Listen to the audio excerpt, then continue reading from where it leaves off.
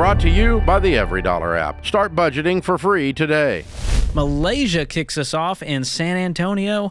What's going on, Malaysia? Hi, guys. So my husband and I are about over $100,000 in debt, and we have a baby on the way, and all kinds of debt, just kind of overwhelmed and don't know where to start. What kind of debt do you have? Can you list it out for us? So about $40,000 in credit cards, $20,000 in student loans, which haven't kicked in yet because I'm still currently in school. Okay. So I haven't started paying on those yet. When do you graduate? Next 2025. Okay. Keep going. And then he has a truck. We're both small business owners, so he has a truck that he uses. He does general contracting. That's $35,000 he just got 6 months ago. And then we have a Mazda that we're about to finish paying off. It's $2,000 left on that. I have a Jeep that's $25,000.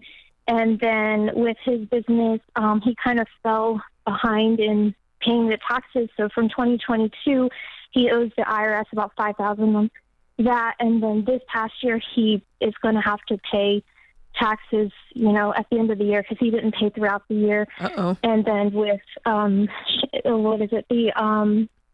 insurance, we make too much to qualify for Medicaid, so we have to pay for the health insurance, and then the max out of pocket for the delivery is going to end up costing us about $9,000. Okay, that's your max out of pocket. Okay, good. So we got well over 100,000. Mm-hmm. Yeah. Okay.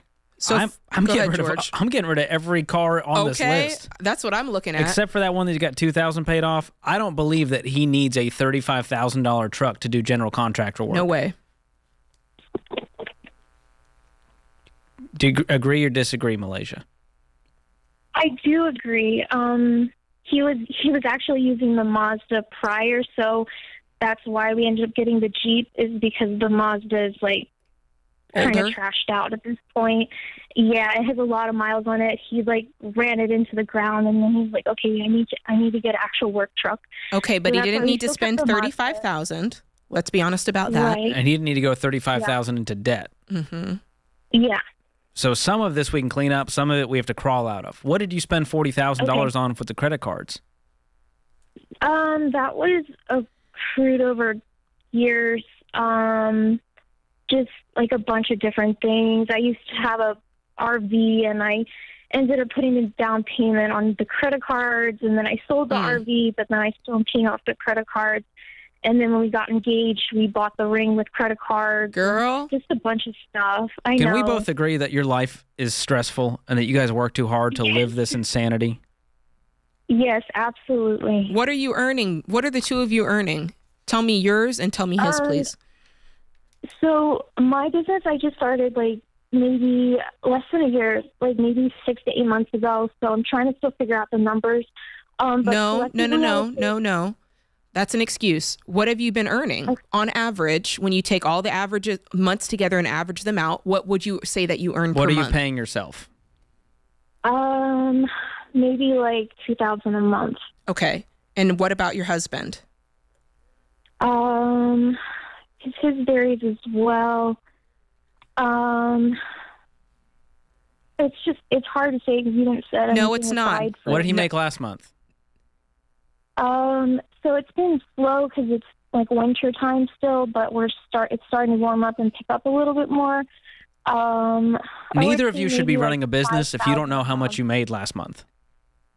Last month he made about $5,000. Okay. Here's what I think's going on, and I'm just going to call a spade a spade. I'm glad you called. We want to help you. But when I ask somebody how much their business made and they go, it's because in that moment you're realizing this is part-time or this is a hobby, because you're realizing in that moment that although you're passionate about it, it's not making enough to sustain your household. And I think with your business, as much as you love it and as much as it's a passion, right now you're making $24,000 a year before taxes. And so it's not a business yet. It's something that you're good at and it's something you love.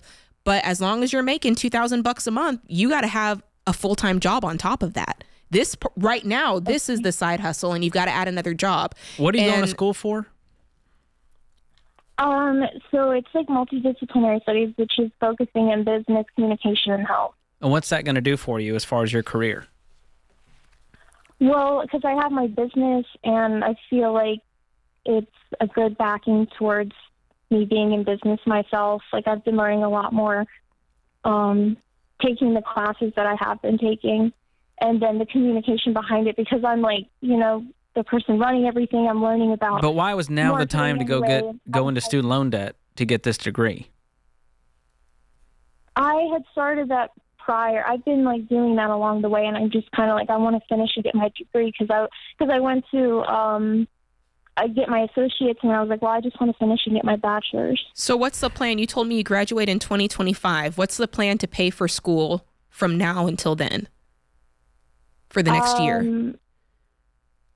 Just like, I don't know, just kind of. Yeah, you do. That's what got us here. Hey, I got to call this out. You got to stop saying you don't know, because you do know, you just don't want to say. You know that you were planning on taking out student loans the same way that you knew that your pay wasn't enough to qualify as a full-time job, in the same way that you know that your husband's pay is not enough to qualify as a full-time job. Don't say you don't know, because we can't solve the problem unless we are willing to look at it and go, this is the problem, say it out loud, and then the problem right now is debt, and not only debt, but you guys have not decided to stop going into debt yet, because you've still decided, I'm going to take on debt to go, to finish my education. So let's just be honest about it. We're not mad at you. We just want to be honest, because we can't help you unless we're honest.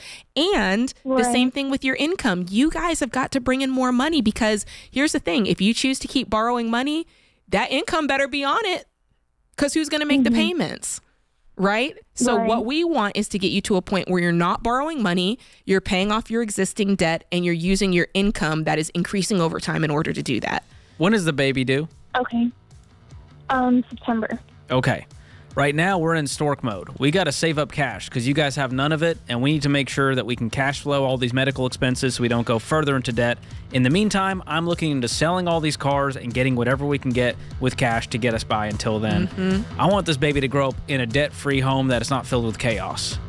And I don't know that I can say that right now, because it feels like your life is going to be chaos unless we make some drastic changes. Yeah. And start paying your taxes, quarterly estimated payments to the IRS. There's no need for this to be a surprise every single April that we're going to be $5,000 in debt to the IRS. We don't want that. Create your free every dollar budget today, the simplest way to budget for your life.